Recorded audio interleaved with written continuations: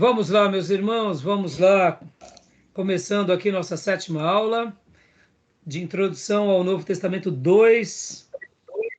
Já oramos como é costume. Nossas aulas são gravadas para que vocês possam estar utilizando, reaprendendo o que foi passado e no futuro, quem sabe, a gente possa estar passando esse material para outras pessoas, para eles serem abençoados também, tá bom? Boa noite, meus irmãos. Graças a paz. Graças e paz. Boa noite, pastor. Paz, senhor. Boa noite, pai. Hoje nós estaremos estudando, irmãos, Colossenses. Estaremos falando também sobre as epístolas pastorais e, se der tempo, nós estaremos também falando sobre a 1ª e 2ª Tessalonicenses. Quero lembrar a todos que hoje é a nossa 7ª aula. Teremos mais 3 aulas a partir de hoje. Então, teremos a 8ª, a 9ª e a 10ª aula, que será a prova, então, na realidade, teremos ainda mais 3 períodos, tá bom? E aí eu quero concluir todo esse material com vocês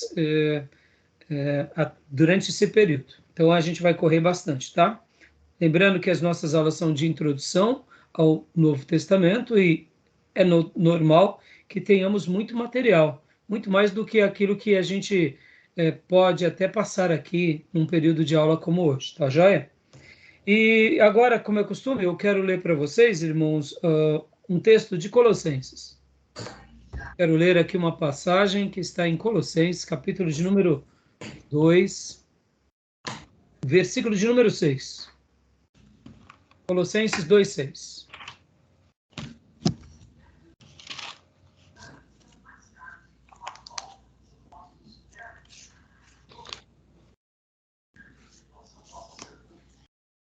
Colossenses 2:6, quem achou e quiser ler, pode ler, por favor, o versículo 6 e depois o versículo 7 também.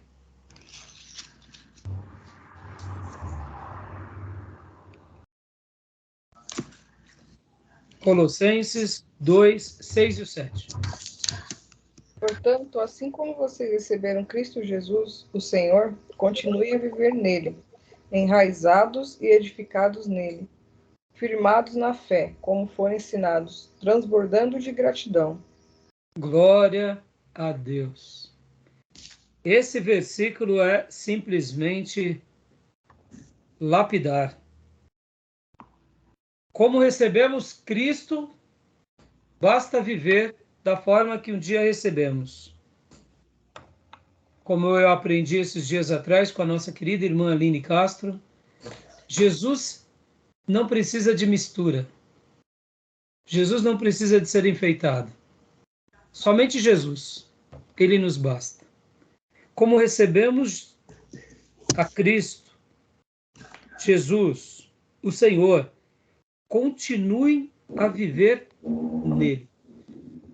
Percebam que é uma relação de fé, de crença, de entrega, mas, sobretudo, também é uma relação também de uma experiência onde a gente é inserido.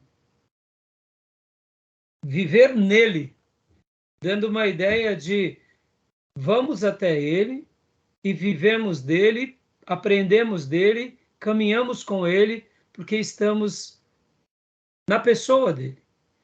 Uma das coisas que eu mais gosto nas Escrituras são essas construções em que o próprio Espírito Santo de Deus sempre nos deixa e nos ensina.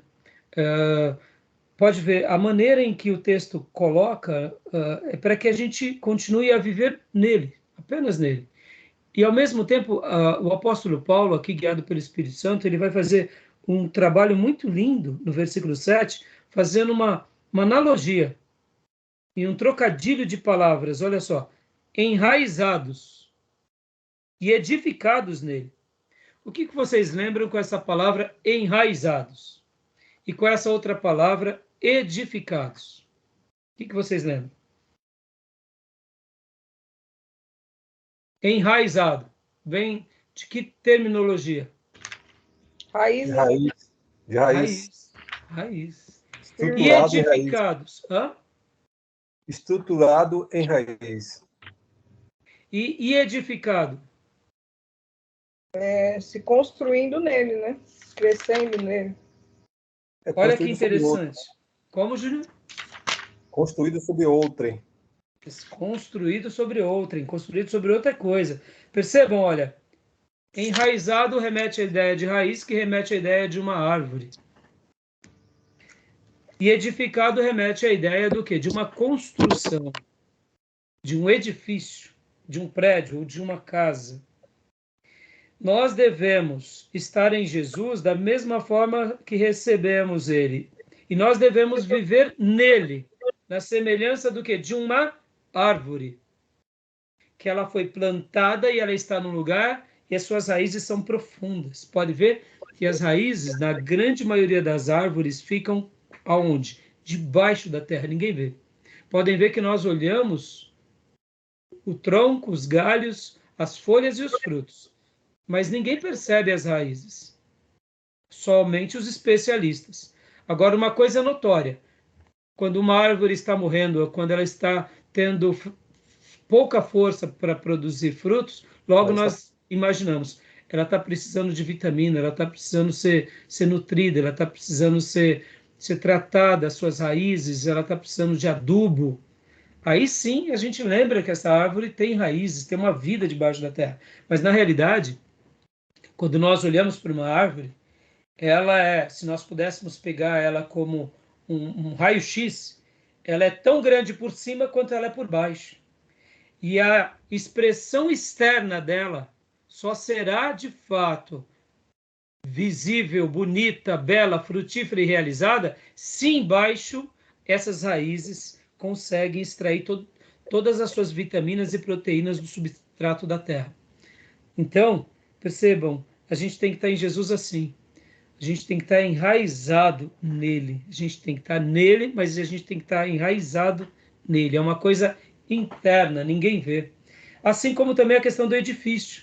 Do edifício a gente olha somente o que sai da terra para cima.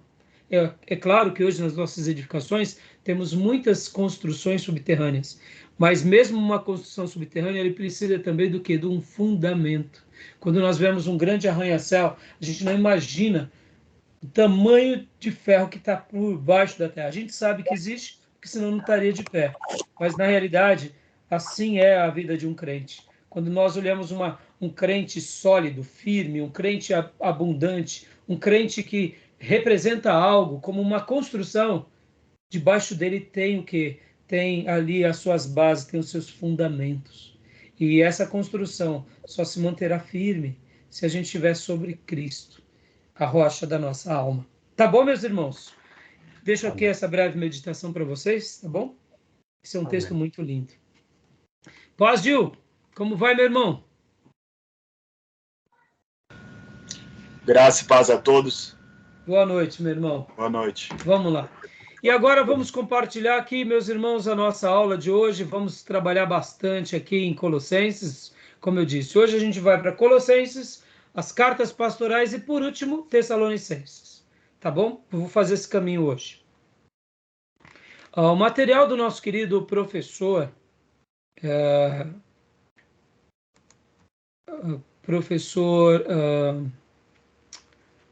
só um minutinho, pastor professor Jair Ribeiro de Souza.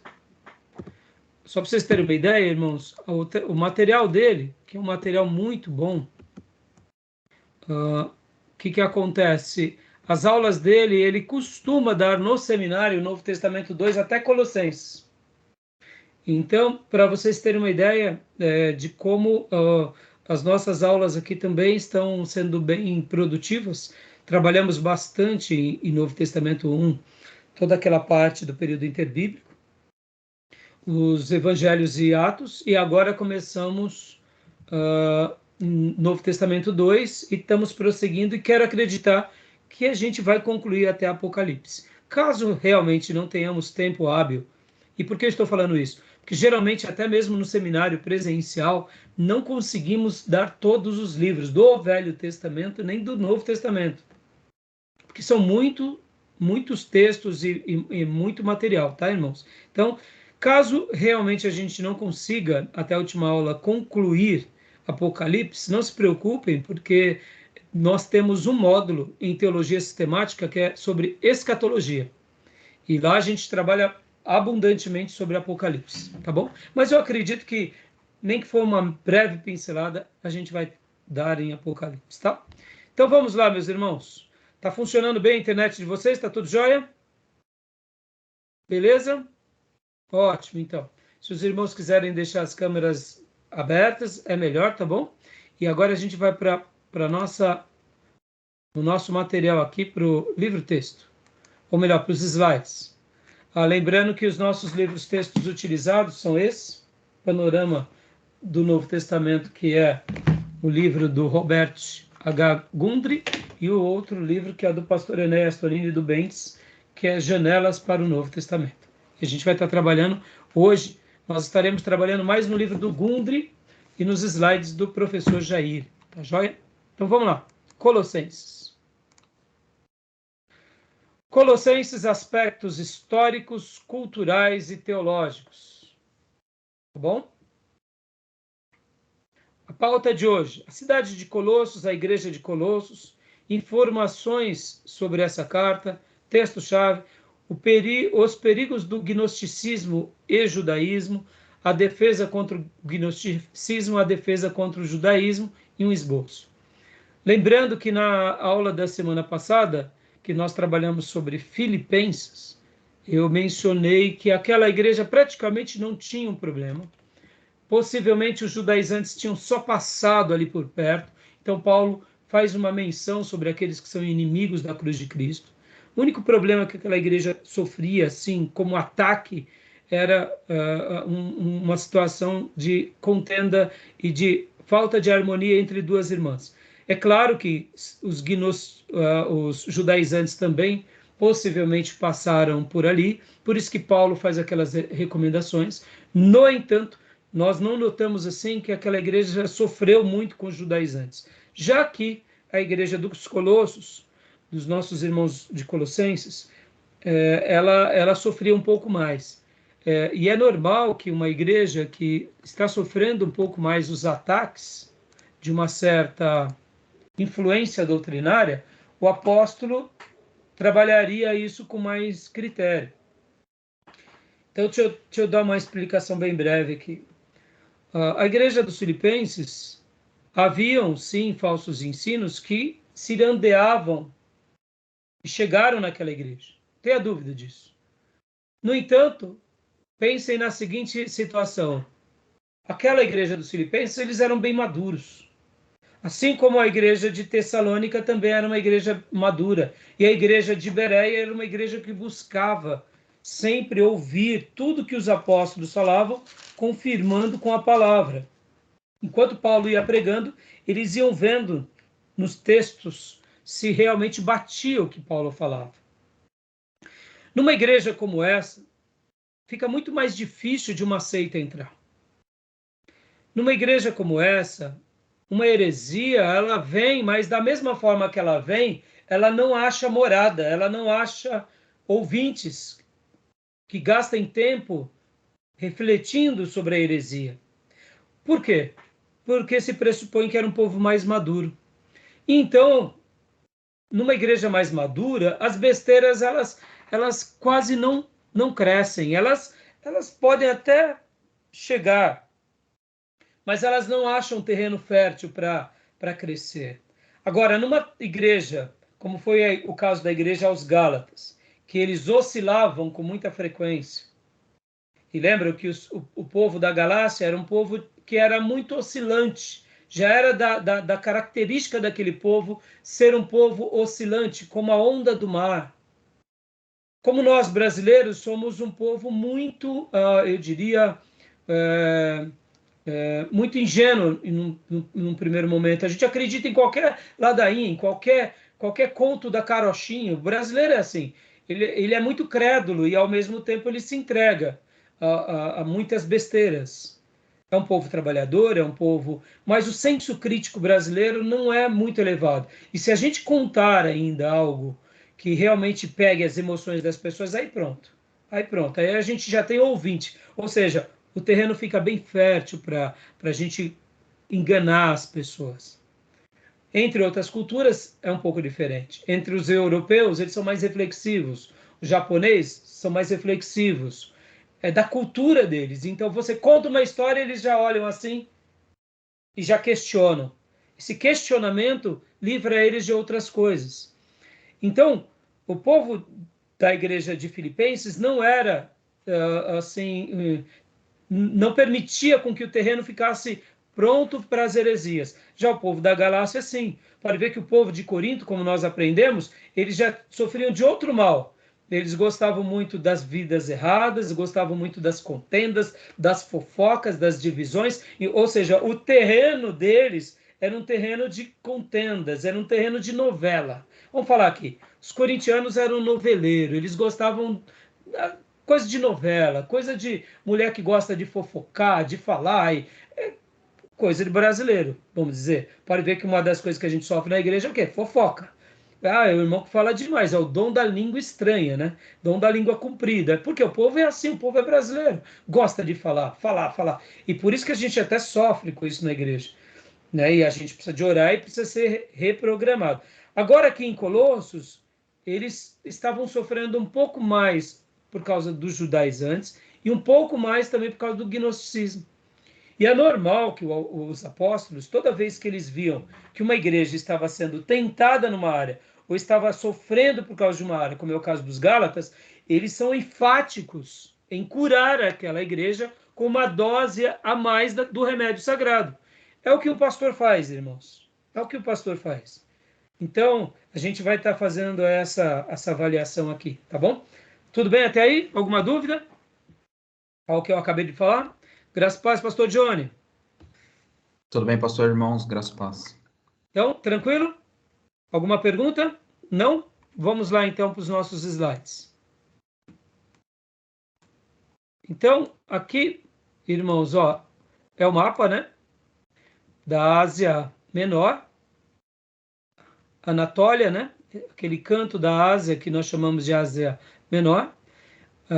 E aqui a gente está vendo várias cidades, né? Que pertenciam a essa região, a cidade de Colossos, tá? Então, pode ver, ó, Pérgamo, Tiatira, Filadélfia, Sardes, Esmirna, né? Éfeso. Aqui são as 7, lembra das 7 cartas? As 7 cartas que João, guiado pelo Senhor, na visão que ele teve na ilha de Pátimos, ele escreve as 7 cartas do Apocalipse. Pode ver, ó. 1, 2, 3, 4, 5, 6, 7. E aqui a gente tem, ao lado de Hierópolis,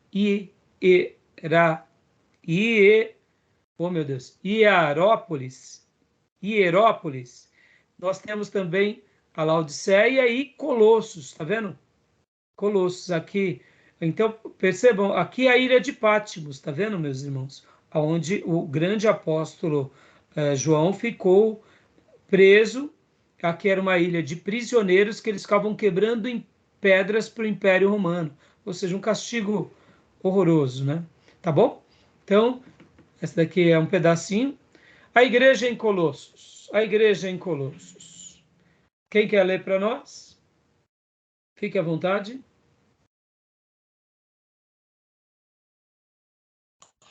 Pois não, posso falar? Pode ler, pastor Johnny, por favor. A igreja em Colossos. A igreja em Colossos deve ter sido fundada por Epáfras, mas é apenas uma dedução de Colossenses 1, versos 7 e 8. É provável que Paulo nunca tenha estado em Colossos, Colossenses 2:1. O que sabemos com certeza é que a mesma estava sob a liderança de Epáfras, como também ocorria com as igrejas de Laodiceia e Hierápolis, Colossenses 4, 12 ao 13. Dá uma pausa aqui, pastor, rapidinho, eu vou ler para vocês, ó.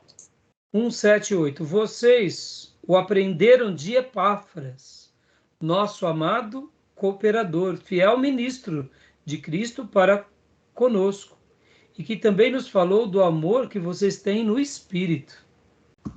E aqui 2:1. quero que vocês saibam quando estou lutando por vocês, pelos que estão em Laodiceia e por todos que ainda não me conhecem pessoalmente. E o 4, 12 e 13. Epáfras, que é um de vocês e servo de Cristo Jesus, envia saudações. Ele está sempre batalhando por vocês em oração para que, como pessoas maduras e plenamente convictas, continuem firmes em toda a vontade de Deus. Dou testemunho de que se esforça muito por vocês e pelos que estão em Laodiceia e em Hierápolis. É ruimzinho de falar, né? Um trava-língua. Então, o nosso querido irmão Epáfras possivelmente era o líder e fundador dessa igreja. Agora, olha que interessante. Paulo não chama ele de pastor, né? Chama ele de cooperador e de ministro. E eu quero lembrar para vocês que a palavra ministro, o que significa ministro, Júnior?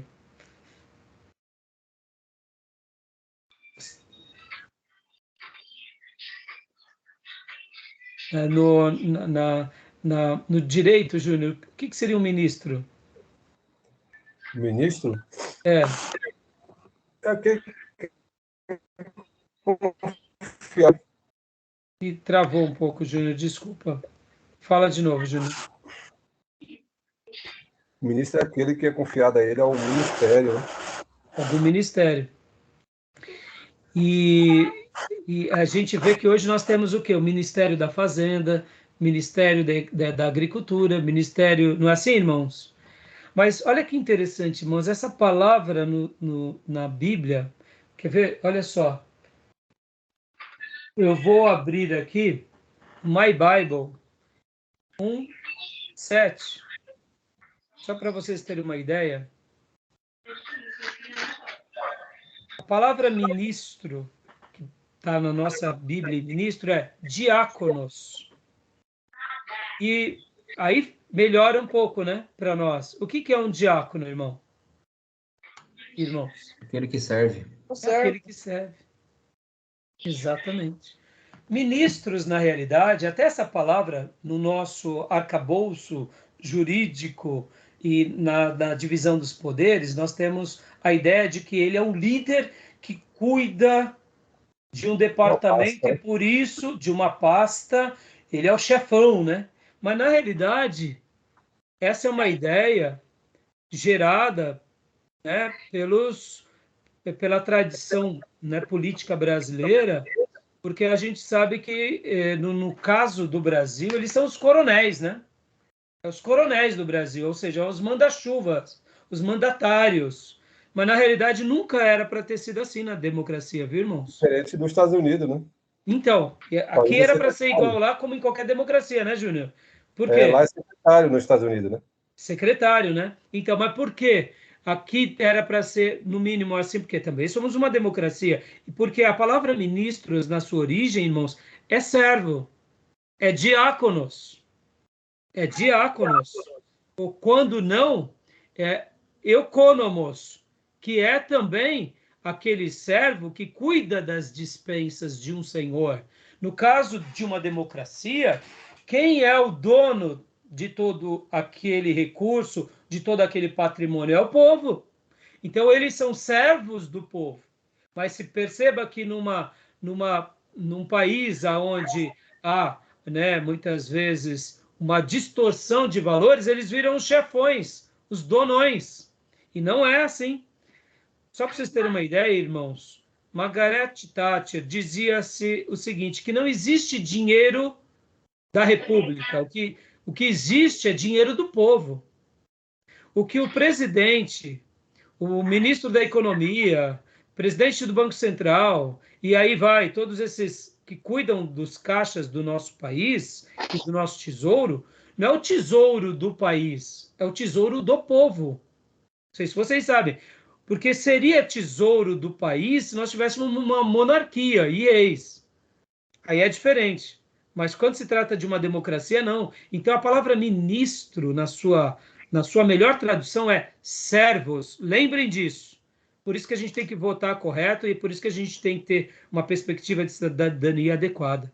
Porque o ministro da Fazenda é o servo da Fazenda. O ministro da Saúde é o servo da saúde. O ministro do Meio Ambiente é o servo do meio ambiente. E aí vai.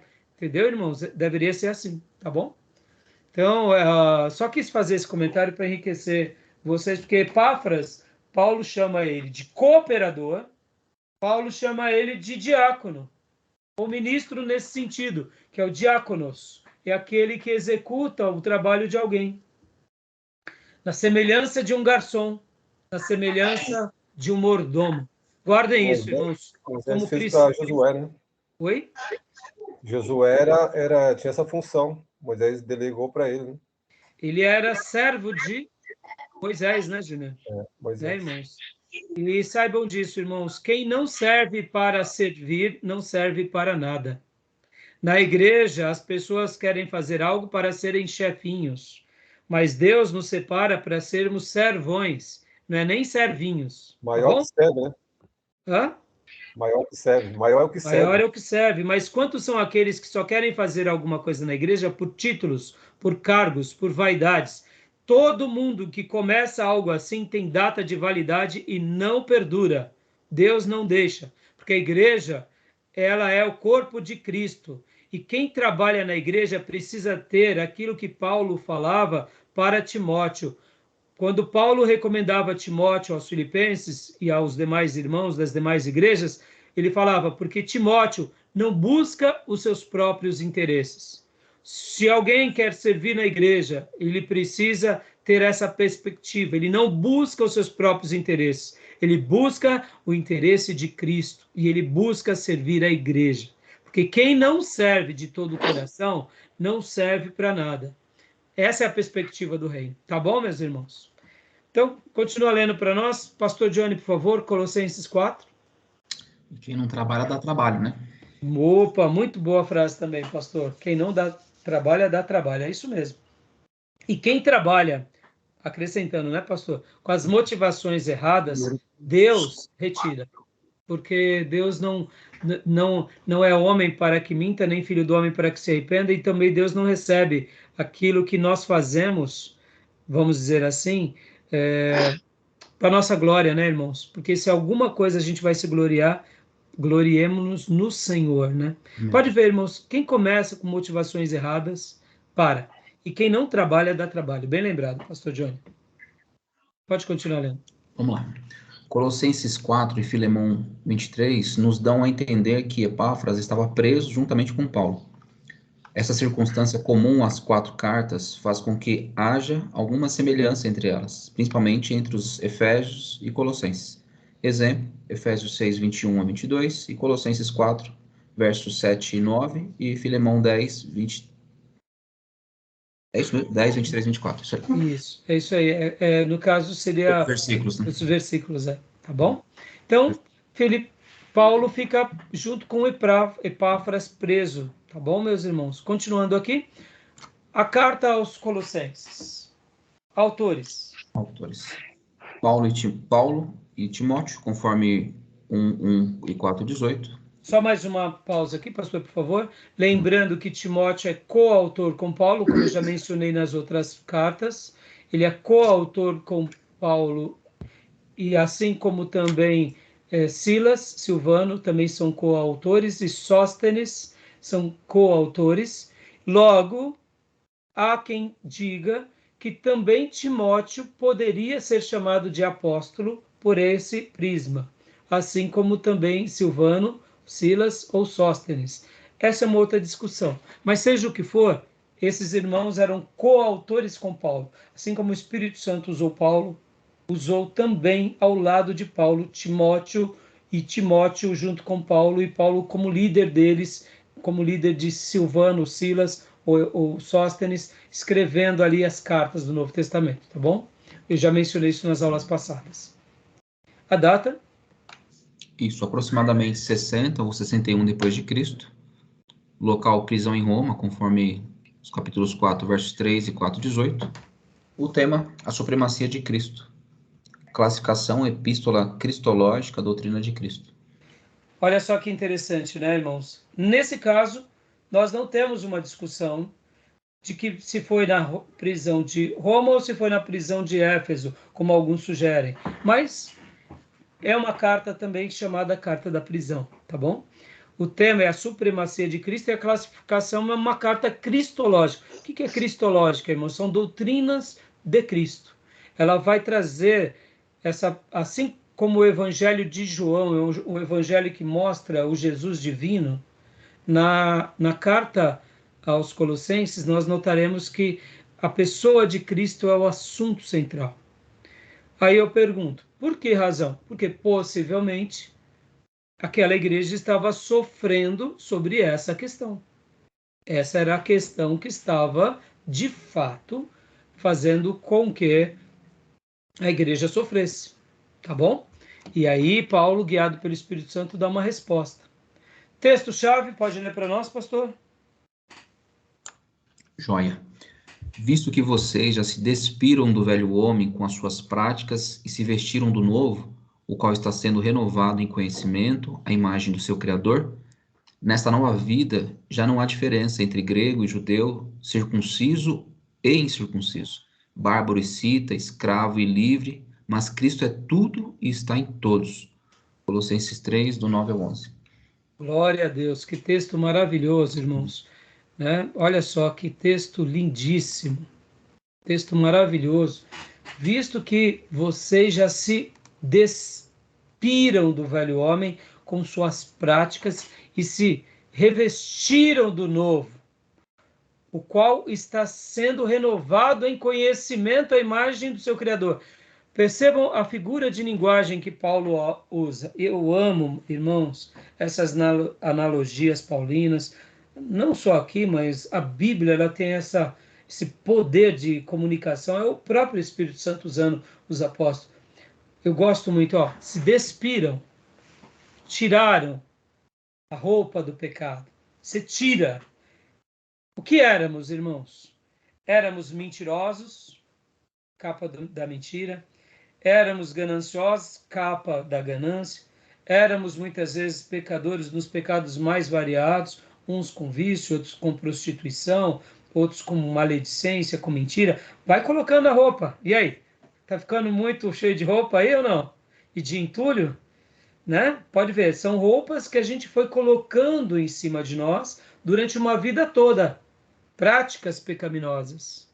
Agressividade, vingança, maldade, ausência de perdão, ausência de amor. Olha as roupagens.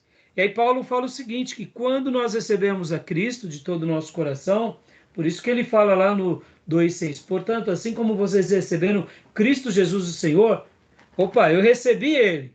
Se eu recebi, eu troco o jugo, lembra? Vinde a mim, todos vocês que estão cansados e sobrecarregados, que eu vos aliviarei. Todos nós temos roupas do pecado e um jugo. Quando aceitamos a Jesus, nós entregamos o nosso jugo e nós nos despimos, tiramos a roupa da mentira, a roupa do pecado, a roupa do ódio, e agora nós nos revestimos. Isso que é o mais lindo. Nós nos revestimos do quê? Do novo.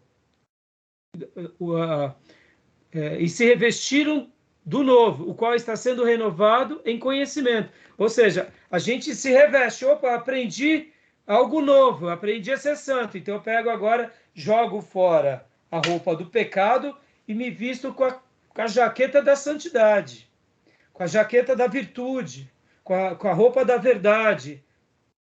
Que isso tudo é nos dado por meio do quê? Do conhecimento. Por isso que um conhecimento, como eu disse domingo, como eu falei na terça passada, e repito, um conhecimento que não leva-nos à prática, ele é estéril.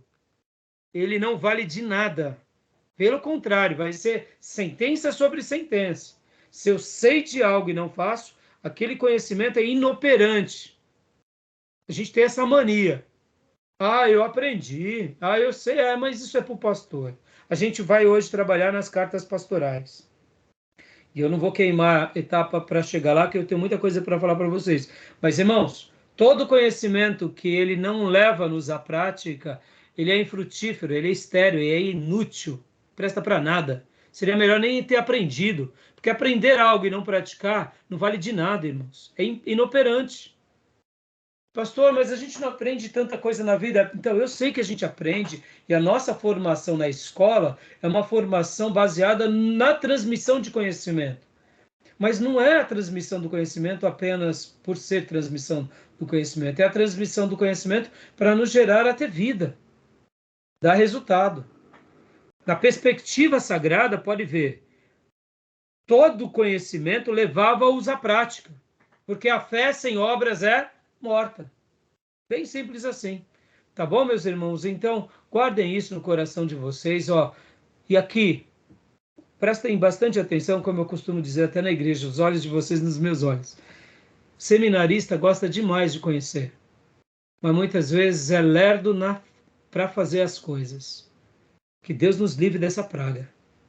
E ministros do Evangelho, muitas vezes, eles aprendem um pouco mais, se colocam na tribuna, no púlpito, e as pessoas falam, nossa, como Deus tem falado por meio do Senhor, como Deus tem falado por meio da irmã, e a gente fica tranquilo achando o seguinte, que o que eu faço só no púlpito tá bom. Não, meus irmãos, prestem atenção. Se o que eu falo no púlpito eu não levo para casa e não tento praticar, mais cedo ou mais tarde eu não vou ter vigor de subir no púlpito.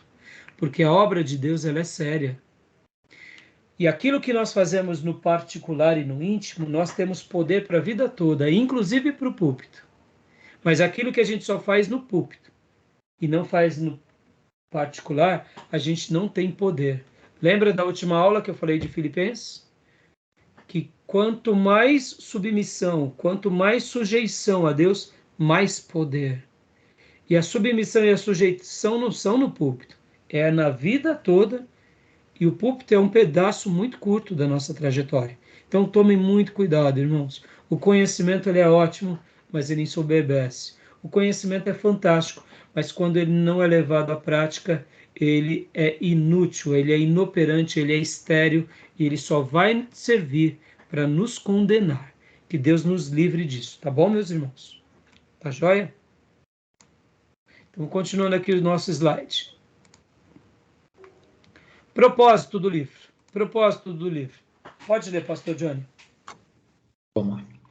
O apóstolo Paulo escreveu aos Colossenses depois que foi informado sobre a situação espiritual daquela igreja, através de Epáfras, um colossense fundador e dirigente desta igreja, numa época em que falsos mestres tentavam combinar elementos do judaísmo e da filosofia secular, gnosticismo, com as doutrinas cristãs.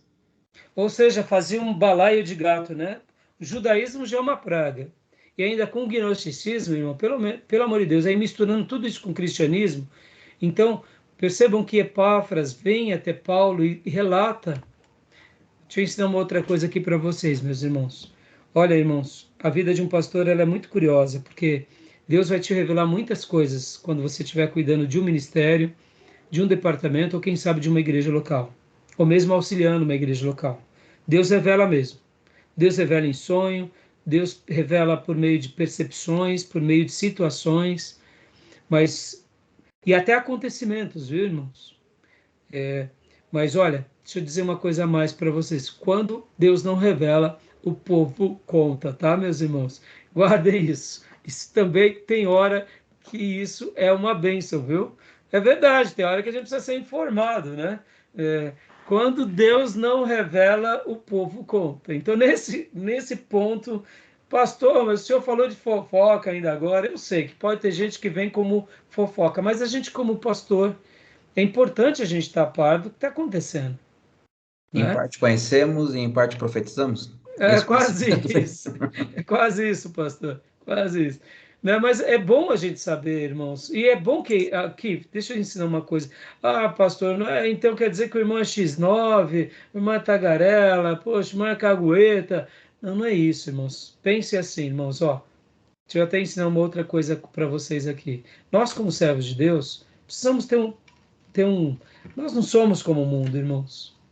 Felipe Ente, esses dias, trouxe um título, pregou, e quarta-feira retrasada, eu achei lindo o título dele. Ele falou assim: sim, somos diferentes. Que título lindo. Sim, Somos diferentes. Eu falei, filho, não precisa falar mais nada. Só aqui já é a mensagem, né? A mensagem já é a tese. Falei, lindo, lindo. Sim, somos diferentes. O que eu quero dizer com isso, irmãos? Guardem isso. Numa igreja local, se eu sei que o meu irmão está fraco, eu oro por ele. Se eu sei que o meu irmão está sendo alvo de seitas, eu vou orar por ele e vou tentar ajudar ele. Se eu noto que ele está dando ouvidos, não é CX9, cagueta, delator, falar para o pastor. O pastor é o que cuida da alma dele. Seria um ato indecoroso eu falar para todas as pessoas, e menos para o pastor, aí sim. Porque aí o irmão pode até ficar achando que eu me meti com a língua nos dentes e tal. Mas quando eu chego para o pastor e o irmão de repente descobre e ele fica bravo, fala, irmão, olha, ou irmã, eu orei por você, venho tentando te ajudar, mas eu vi que você precisava de uma ajuda mais séria. E o pastor, ele é o médico da nossa alma. O problema, irmãos, é que os pastores hoje em dia, eles não estão pastoreando como deveriam, infelizmente. Eles querem recursos e dinheiro. Então, se o irmão pode dar um bom dízimo, ele cuida bem. Se o irmão não pode dar nada, ele não cuida. Então, virou um negócio. Infelizmente, porque o verdadeiro pastor, ele vai pastorear quem dizima e quem não dizima. Ele vai pastorear o crente e até aquela alma que está entrando na igreja que ainda não é crente. Ele vai tentar levar todos a Cristo. E o verdadeiro pastor, ele se preocupa com qualquer alma. E aquela alma que está sofrendo, e por acaso o pastor não soube, porque Deus não quis revelar, nenhum problema o irmão chegar e falar para o pastor, como foi o caso de Epáfras aqui. Isso é amor também dos obreiros e dos irmãos, então ensinem isso. Falar para o pastor, e aqui entra até um outro ensino. Como nós devemos falar? Devemos falar sim e ensinar entre os irmãos. O pastor é o médico da nossa alma. Quem é que semanalmente dá comida para a alma dos irmãos? É o Pai de Santo? É o Padre? É o Buda? É o líder lá do budismo? Ou é o pastor? É o pastor. Não é assim, irmãos? Ou eu tenho quem cuida de mim, ou eu não tenho. Eu vejo que o pastorado recebe esse... O pastor não é só um professor. Ele é aquele que cuida da nossa alma, do nosso espírito. No seminário aqui a proposta é diferente, é que eu estou treinando vocês para o ministério. E com a permissão dos pastores de vocês, no caso aqui do Dione e do Júnior, por isso que quando vocês entraram para esse seminário, vocês pediram cartas das igrejas de vocês e dos pastores de vocês, recomendando vocês, debaixo da autoridade do pastor de vocês, para eu cuidar de vocês. Então, eu sou um pastor amigo do pastor de vocês, treinando vocês para o ministério para vocês servirem com excelência lá. Porque lá ele é o médico da alma, aqui eu sou um treinador de ministério que estou ajudando vocês a enxergar melhor o papel de vocês, o reino, as doutrinas e a igreja local, para trabalhar em harmonia, em submissão com o pastor titular. Olha só, quando eu não tenho essa visão de que meu pastor é o meu guia, aqui, irmão, sem besteira, tá? Não estou querendo ir para o lado místico, eu não vivo ser meu pastor. Não, não, irmão, não é nada disso. Estou querendo aqui só resgatar aquele princípio bíblico do Velho Testamento e do Novo, dos pastores de Israel. No Velho Testamento, que eram os profetas e sacerdotes, e dos pastores do Novo Testamento, que eram os apóstolos, mestres, evangelistas e até apóstolos. Simples assim. Eles não eram perfeitos, mas eles que cuidavam. Então, irmãos, essa questão aqui ela é muito importante, sabe? De você ver que Paulo aqui ele estava dando um remédio na altura, mas ele só conseguiu, olha como isso é importante, ele só conseguiu dar esse remédio na medida certa porque Epáfras falou. Como que o pastor vai poder ter efetividade na igreja se ele não está sabendo dos problemas que estão acontecendo? Porque se ele não está sabendo dos problemas que estão acontecendo, a gente deduz várias coisas. Que o pastor não é muito querido, em primeiro lugar. Segundo lugar, as pessoas não confiam no pastor. Terceiro lugar, que as pessoas acham que o pastor não tem competência para resolver ou dar uma resposta bíblica. Perceba, não falar ao pastor é pressupor que o pastor ou é incompetente, ou é incapaz, ou não é confiável. É. Falar para o pastor é acreditar que ele tem competência, é acreditar que ele vai dar um remédio e acreditar que ele é um homem de Deus que vai ser confiável. Percebe, irmãos, que a igreja precisa a cada dia, e vocês estão aqui para quê? Para elevar esse compromisso, essa beleza, sabe? Como eu disse, irmãos, Deus, e outra, Deus não vai permitir a gente saber de tudo. Sabe por que também Deus não vai deixar nós sabermos de tudo? Até mesmo no dia a dia da igreja, irmãos? Porque Deus vai surpreender a própria Irmandade com aquelas mensagens que Deus coloca nos nossos lábios. E quando Deus coloca nos nossos lábios... Tá bom, Fabiano? Fique em paz, meu irmãozão. Um abração, viu? Deus te abençoe, Fabiano. E o que acontece? Muitas vezes tem um irmão ou uma família passando por um dilema, eles estão orando. Não é que eles acham que o pastor é incompetente, não é que eles não confiam no pastor, nem que eles estão ali orando e buscando a Deus, tentando solucionar. Porque também, irmãos, tem irmãos que também o oposto e o extremo também é doentio, viu? Ai, pastor, pisei no rabo do meu gato, ora por mim. Pelo amor de Deus também, né? Tem hora que é que nem um amigo meu disse assim, um dia conversando comigo, o pastor também, falou assim, ei, pastor, né, você muitas vezes está lá no escritório da igreja e o pessoal vai lá, né, vai lá só ficar jogando conversa fora, achando que a gente tem nada para fazer, aí eu dei risada, né? Porque tem pessoas que assim, te vê na igreja, no escritório e fala, vai lá, não tem o que fazer, vai lá, achando, pastor, eu vim aqui para a gente ficar conversando. Bom, desculpa, né? Além Tem de dar aula, irmãos... você trabalha, né? O senhor, além de dar aula, o senhor trabalha, né? O senhor não tem que fazer. Então, assim, tem gente que não fica no mundo de Bob, né? Então, assim, eu dei risada, né? E voltando. Então, tem irmãos que qualquer coisa, sabe? Ai, pastor, ora por mim porque hoje eu não almocei direito, o almoço não caiu bem. Ai, pastor, pelo amor de Deus, tem coisa que não precisa, né, irmãos? Mas, tirando essas besteiras, voltando aqui. Muitas vezes Deus não nos deixa saber das coisas de fato, porque Ele quer nos usar no púlpito. E aquela família vai ser ministrada no púlpito. Isso é maravilhoso também. E para nós não saber é até melhor, porque a pessoa diz, poxa vida, eu estava orando tanto, pedindo uma resposta, o pastor parece que tirou, sabe, ele parece que estava lá ouvindo a minha oração, a minha, da minha esposa, dos meus filhos. Então, é tudo isso. Então, aprendam isso. Ensine a igreja a compartilhar ao pastor, aos líderes principais, não aos demais. E depositem essa confiança. E também guardem essa frase. Quando Deus não revela, o povo conta. Tá bom? E já que se trata de um povo que gosta de falar, a gente acaba sabendo até de um pouquinho a mais. Né, pastor Giovanni? Ai, ai. Exatamente. Os perigos do gnosticismo e judaísmo. Leia para nós agora, Maísa, por gentileza. Alguns líderes estavam se infiltrando na igreja e levando influências judaicas e filosóficas. 2:8, produzindo heresias. A parte filosófica em questão era a doutrina dos gnósticos. Juntando tudo isso, os irmãos estavam sendo pressionados em relação aos seguintes pontos: valorização dos ministérios do gnosticismo, adoração a anjos, aos quais os gnósticos atribuíam a obra da criação, ascetismo exterior, abstinência de comidas e bebidas, influência gnóstica e judaica. Dá uma pausa aqui, filha.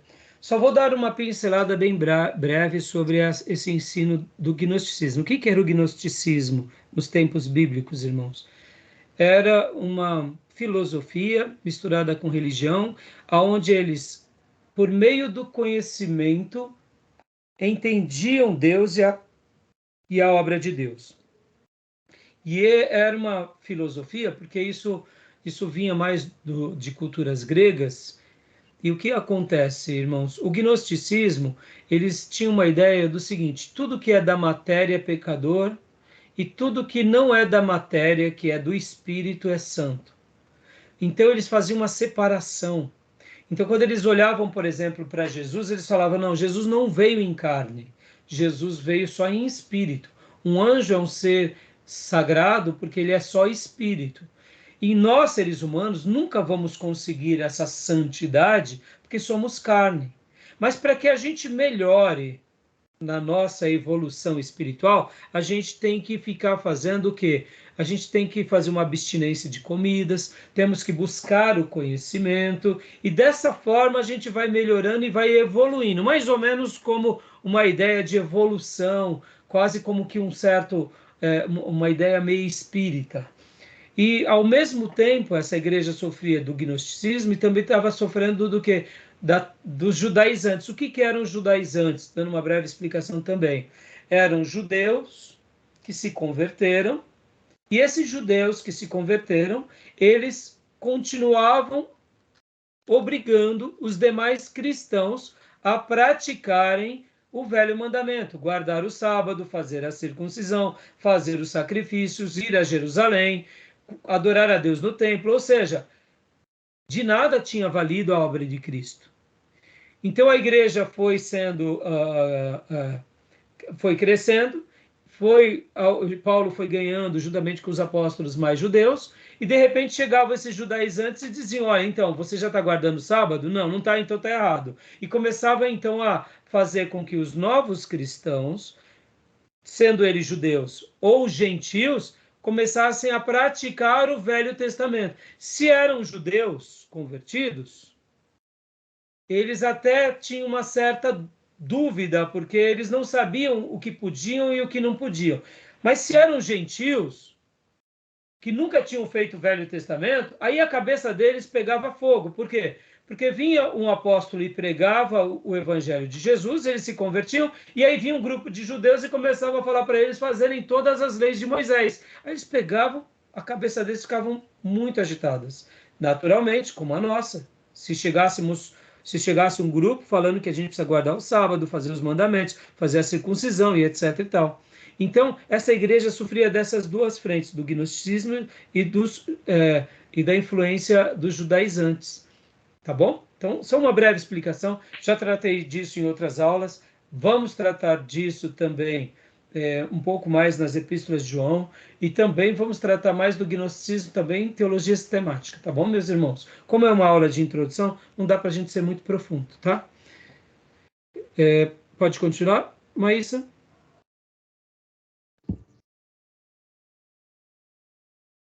Por favor. Pronto. A influência judaica estava levando a igreja à observância da lei mosaica, prática da circuncisão, comemoração das festas judaicas, guarda do sábado. Ou seja, irmãos, imagine você, vamos imaginar hipoteticamente aqui, nós estamos aqui, né, em Ferraz de Vasconcelos, eu estou em Poá, vocês aqui, a maioria está entre Ferraz, Poá, Suzano, Goianás, estamos aqui no Alto Tietê. De repente chega um grupo na nossa igreja e fala, vocês estão guardando o sábado? A gente, guardando o sábado? Não, porque se vocês não estiverem guardando o sábado, vocês estão em pecado. Pastor, nós estamos em pecado. E aí, mas aonde está isso? Aí ele abre em textos do Velho Testamento. Aí a segunda pergunta, vocês já fizeram a circuncisão? Aí, pastor, aqui ninguém fez a circuncisão. Ou seja, isso vai gerando confusão na nossa vida. E nós sabemos que isso foi o que aconteceu logo no início da igreja. Os judaizantes fizeram isso, mas os apóstolos ainda estavam vivos e de forma cirúrgica, cortaram esse mal. Por isso, Paulo fala muito contra a lei, e eu expliquei muito isso na carta aos Romanos. Expliquei mais sobre os judaizantes quando estudamos a carta aos Gálatas. E vou trabalhar um pouco mais sobre o gnosticismo na carta de João. Mas, assim, o gnosticismo, ele era uma corrente filosófica que atrapalhava muito as pessoas, principalmente essa região da Ásia. Porque essa região da Ásia Menor, a maioria das pessoas não eram judeus. Lembro que aula passada que estudamos sobre a igreja de Filipos, ali era uma colônia romana. Sendo uma colônia romana, a comunidade judaica era pequena. Quando aquela igreja foi crescendo com quem?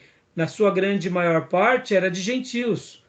Logo, os gnósticos podiam ter muito mais facilidade para influenciá-los do que os judaizantes, porque eram ideias dos gentios, dos gregos, dos romanos, tá bom? Tudo bem? Até aí tudo jóia? Tranquilo? Alguma pergunta, alguma dúvida? Não? Tudo beleza. Beleza, então vamos lá. Maísa, leia para nós a defesa contra os gnósticos. Os gnósticos acreditavam que o mal estava ligado à matéria. Portanto, não foi Deus quem a criou, mas sim os anjos. Se a matéria é má, então a encarnação divina não era uma possibilidade, negando a divindade de Cristo. Olha só, olha como que uma doutrina, quando ela entra como uma heresia, ela é prejudicial. Então, pode ver que eles acreditavam que o mal estava ligado à matéria, né? E já naturalmente iam negar a divindade de Cristo porque Cristo reencarna. Ou seja, o que é encarnação? Irmão, guardem isso. A Bíblia nunca vai falar de reencarnação. A Bíblia fala de encarnação. O que é encarnação? É o Deus Filho, que era espírito e que vira carne em Jesus. Quando ele é colocado no ventre de Maria, pelo poder do Espírito Santo, ali onde há a fecundação com o óvulo de Maria, o milagre do nascimento virginal, ali Jesus começa o processo de encarnação, ele nasce. E aí, quando ele nasce, é o Deus Filho encarnado, ou seja, em carne. Ora, se Jesus nasceu em carne, logo, então vamos questionar a divindade de Jesus. Ou Jesus não é divino, ou Jesus não nasceu em carne. Estão entendendo? Mas eu digo o contrário. Jesus é divino, Jesus é Deus, e Jesus é 100% homem, ele nasceu em carne. Por isso que ele é o nosso Salvador, tá bom? Segundo ponto, Maísa, por gentileza. Em seu combate, Paulo destaca a supremacia de Cristo. A sua divindade e a sua obra na cruz eram elementos plenamente suficientes para a refutação de todos aqueles ensinamentos judaicos e filosóficos. Magnífico. Eu quero pedir para que um irmão leia para nós 2:8 e 10. 2:8 ao 10.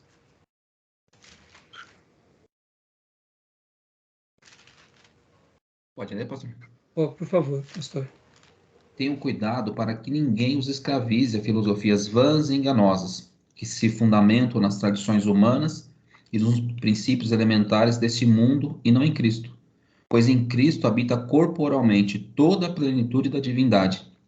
E por estarem nele, que é o cabeça de todo poder e autoridade, vocês receberam a plenitude. Maravilhoso esse texto. Amém, meus irmãos? Texto maravilhoso. Maravilhoso. Meus irmãos, está dando aqui 58 minutos. Vamos dar uma pausa agora. Alguém tem alguma pergunta? Querem fazer alguma pergunta? Tem alguma dúvida? Tranquilo? Tudo bem até agora? Até aqui? Tudo jóia? Maravilha, então. Então, vamos dar a nossa pausa de 3 minutinhos? Beber água, ir ao banheiro e já voltar para a gente continuar? Podemos? Podemos? Então, deixem ligado aqui. E aí a gente já volta em instantes, tá bom, meus irmãos? Ok. Então, até já.